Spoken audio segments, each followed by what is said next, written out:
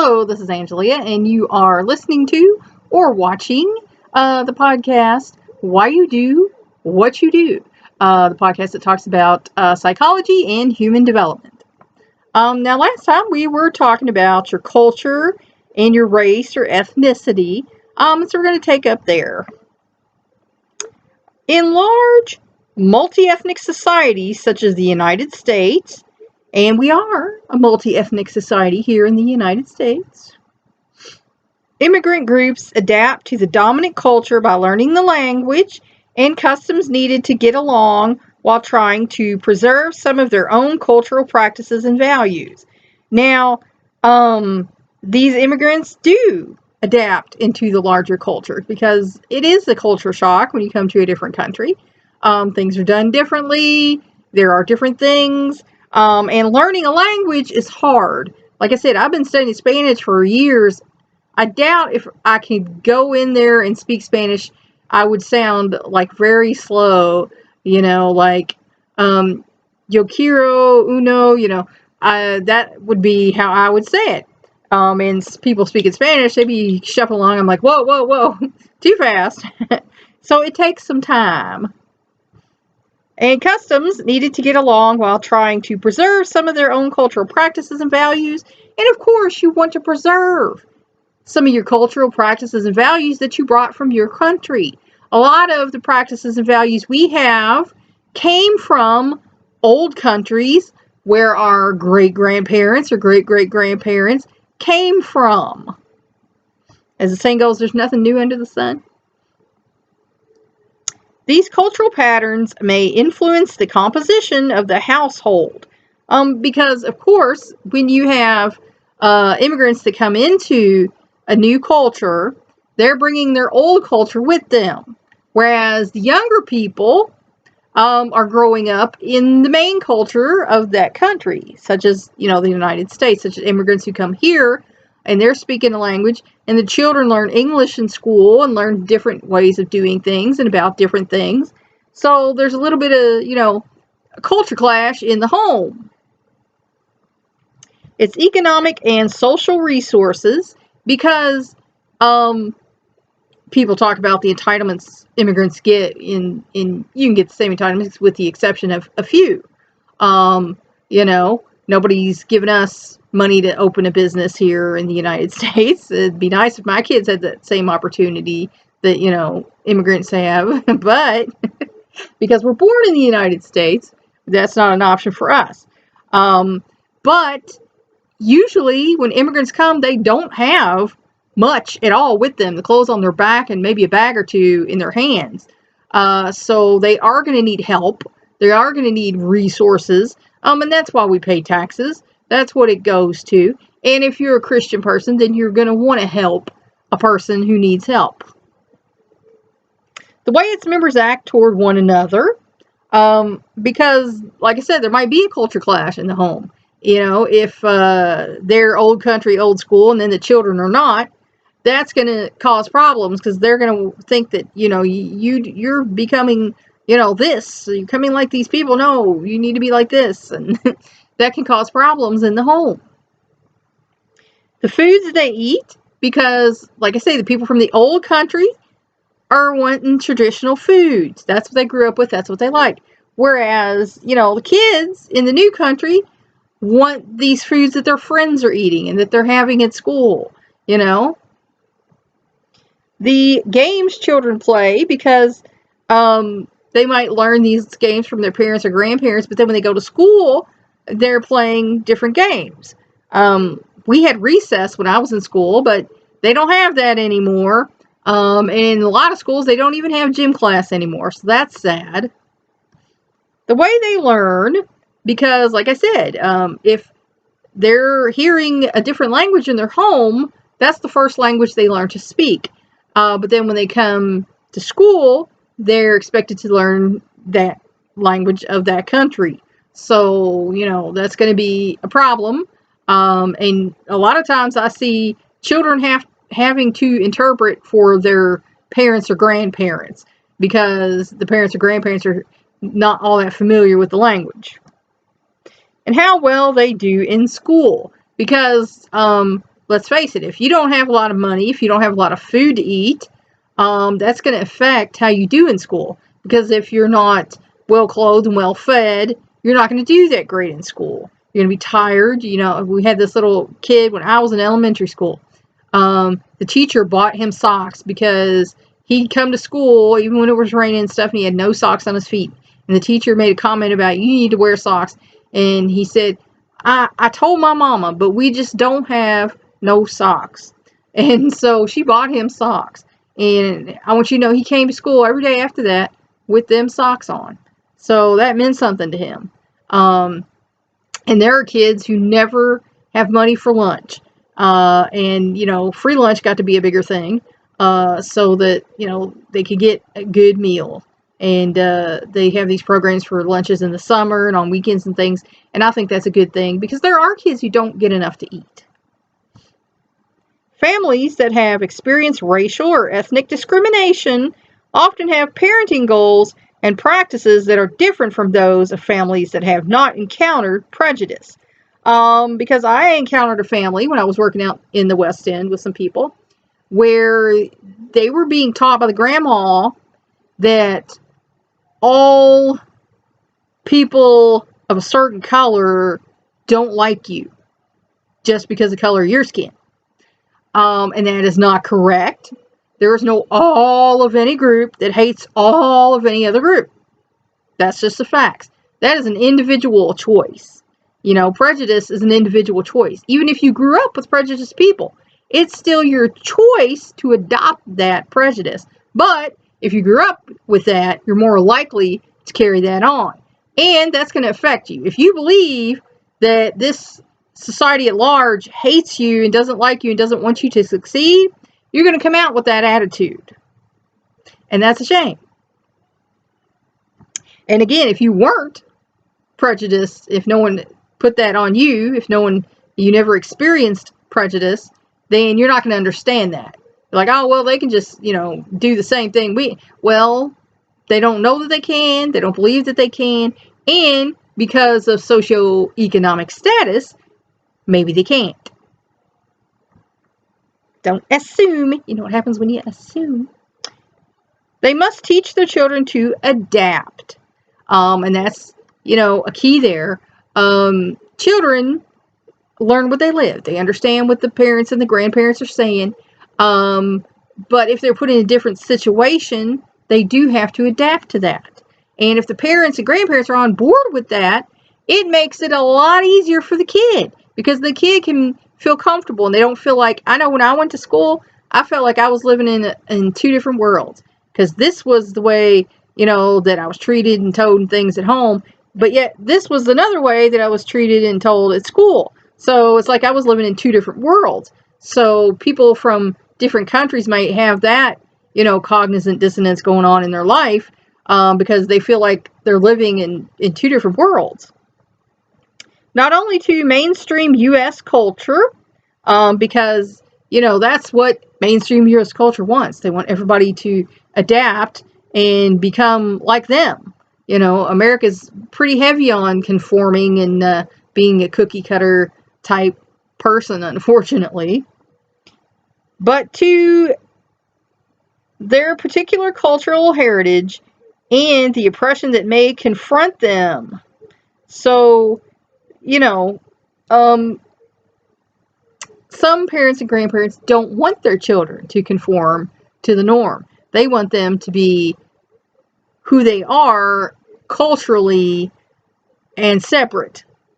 And that only keeps us all separate. That doesn't allow us, you know, full integration as a community of people. And I'm just going to tell you, if you've experienced prejudice, I'm sorry that happened to you. But not all of any race is against all of any race. I mean, even probably in biblical days when this country warred against this, there's probably still people saying, hey, why are we hating on these people? They're just our neighbors, you know? So not everyone is like that. Although researchers today are paying much more attention to ethnic and cultural differences than in the past, and that's a good thing. And that's what I said about how people wanting things to go back to the way they were when they were young. No, I'm not down with that, because they weren't that great if you weren't a certain sex and color. The other people in the world at that time were not having it so great. You might have had it great because that was the time for your particular, sex and color. But for the other people of their color and not your sex, we're not having it so great. So going backwards is never the answer. It is difficult, if not impossible, to present a truly comprehensive picture of these differences, because there's so many from different culture to different culture. But we're all different. But yet, we're all the same. We're all humans. We all live on this planet. We all want a, good, happy life. In that, we're all the same. Many studies reported in this book are limited to the dominant group within a culture. And we'll go into some, we won't go into all of them. But here in America, we know, the white Euro descendants are, for now, the dominant culture. Now that number is actually changing, So, and I think that's what they're afraid of, honestly. So, the dominant culture's point of view is the point of view of that country. And sometimes that's unfortunate. Others compare only two groups, such as white Americans and African Americans, because those are considered the predominant cultures in this country. Now that is changing, because Hispanic America is becoming a much bigger part of the population than, Anglo and African America. And there's a prediction that, by the middle part of this century, it will be the predominant culture, especially since more and more people are not having the amount of children that they used to, whereas the Hispanics are historically Catholic and are having more children than these other groups. So, that's also a reason why some people are not okay with them coming into this country. They're scared of America changing. But I'm just going to tell you a little secret. America was not discovered by Columbus. There were already millions of people here when he landed. Europeans just decided, hey, we like this place. We want it. Hey, you red guys who are already here, get out of our way. Shove you over. And when they didn't want to, go any further, got tired of being shoved and started pushing back, then, it was guns against, bow and arrows and spears, until profiteers decided, hey, we can sell them guns too, make a little money off this. But anyway, America did suffer a genocide. People don't want to talk about that, don't want to think about that, but let's face it, Anglo-Saxon settlers came and shoved the native populations of America as far as they could. And I mean, since the history books aren't reporting it, I saw one statistic that said there'll never be a way to know how many Native Americans were killed for westward expansion. And there's probably not. I mean, we're starting to see where, in the boarding schools, where children were they die and they were just buried in the backyard of the school, and they're finding these bodies now, these people who, don't even have headstones. They didn't even care enough to put a headstone there for them. So, this was a horrible tragedy, like, what happened in Nazi Germany. I mean, this was a genocide, and American history likes to gloss over that, but it's a fact. When multiple groups are studied, often only one or two are noticeably different and therefore worth noting. And, well, everyone's unique. Every culture is unique. So I feel like this is kind of a insensitive statement in my opinion. But, every culture is worth noting. Even cross-cultural studies cannot capture all of the variations within and among cultures. Because like I said, everything's different. From your religion, your way of thinking, the way you, react to people, what you do every day can be different. The historical context, and that's what it all boils down to. Like I said, the historical context. The history books that kids are learning in school were written by descendants of, Anglo-Saxon settlers for the most part. So they're not going to teach as much, about the genocide of the Native American. They're not going to teach as much about, the horrible sides of slavery of the African American. They're going to teach history from their point of view. So that's the, slant on historical, context of a society. At one time, developmental scientists paid little attention to the historical context because they didn't think it mattered. Because actually, way in the past, we were more forward about race. It wasn't as big a deal, as it became, in the Victorian times. There are records of, black business owners and, farmers and things like that. Nobody cared. Native Americans actually had plantations in the South until the, Euro-Americans decided they wanted that land. They had some good land down there. So then we had the Trail of Tears where they rounded them all up and said, hey, you guys are going over here to Oklahoma because we want your land. Let's face it. We're going to take it whether you like it or not. The time in which people grow up, because we all have a time. My parents were born in the 40s, grew up in the 50s and earlier 60s. So that's the time they experienced. My dad's very into the 50s. My mom was a little more into the early 60s. Now, I was born in the late 60s. I grew up, 70s and 80s. So I like the music and things and, not the big hair so much we had in the 80s. That was a little much. But, the music and the way we dressed and the way we were. And that reflects on every age group. I remember my grandma, and she listened to some of her old records, and she'd, show us how she did the little dances, and we just, of course, thought that was the funniest thing ever. But, everyone kind of likes their time that they were coming up in.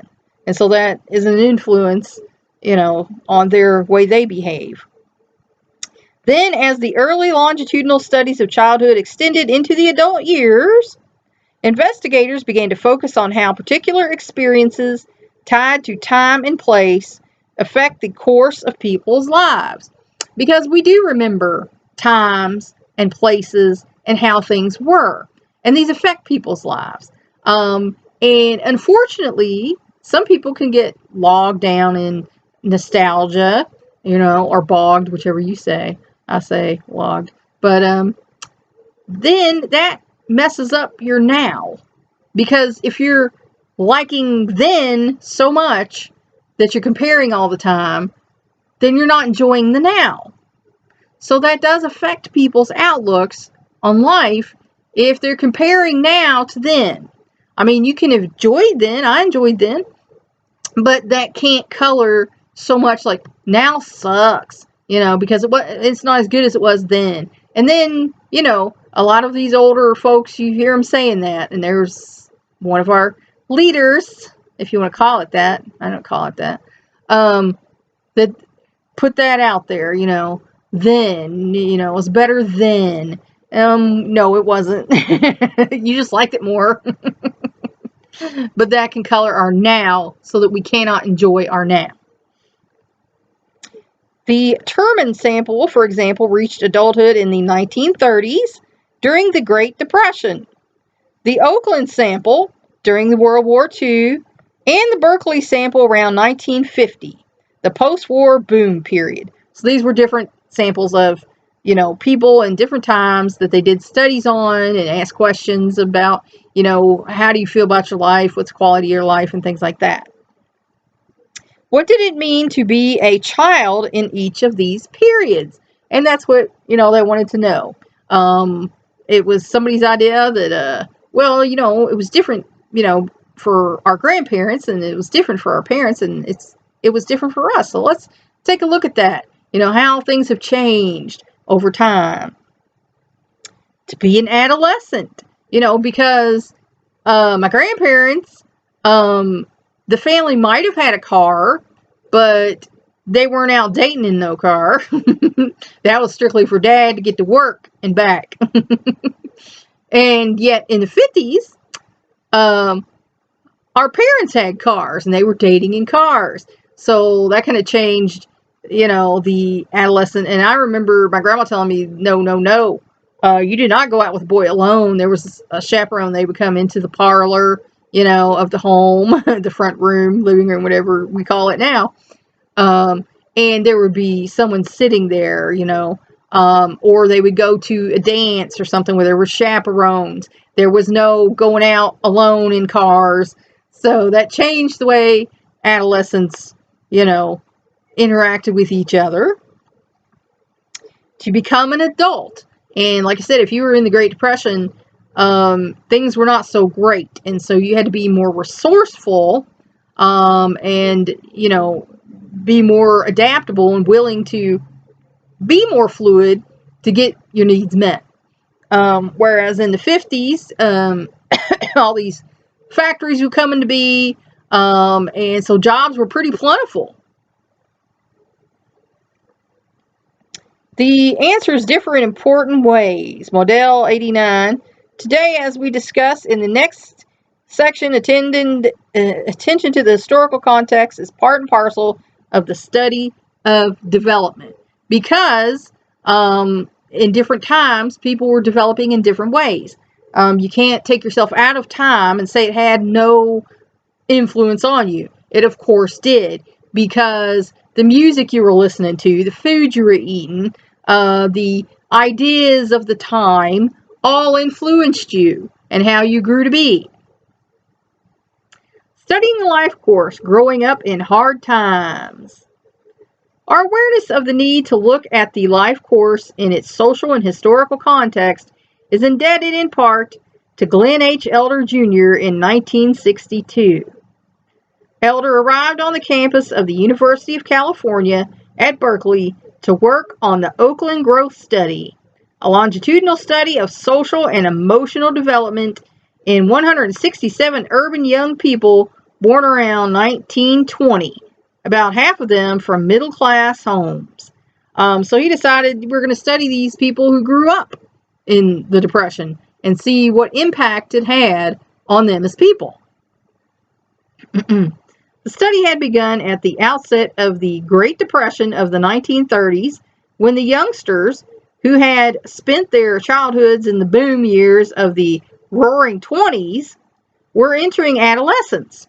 And my grandparents were of that generation. My grandmother said she remembers dancing and having fun, and the adults were evidently enjoying a lot of alcohol.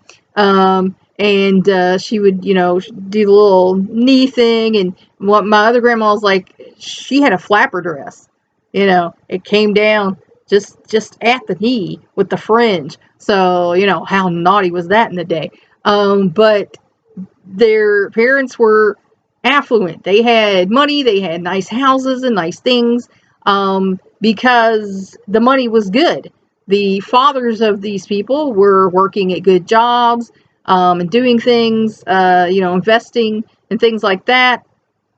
And then, as we know, the bottom dropped out of all that. And suddenly, they were having to move to smaller homes, and spending less money.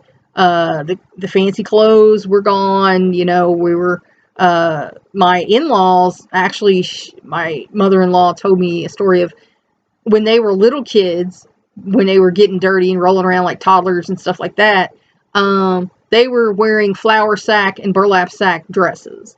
I mean, I think that's horrible, but that was just what was going on then.